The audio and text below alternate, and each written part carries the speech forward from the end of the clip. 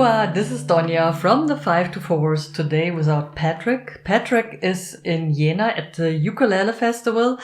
I'm homeless because as a self-employed person you won't get an apartment in Germany and having a dog.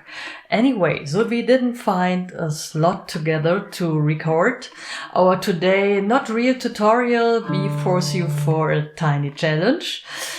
And I want you what we learned in the last weeks, the major scales, the minor scales, the Andalusian progression, the box shapes.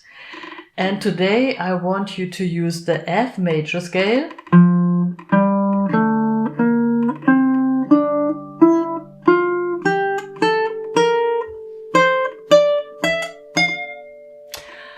To create or build the Andalusian progression, use the minor scale, what you can figure out, and create a tiny improvisation, not a real piece, just the improvisation.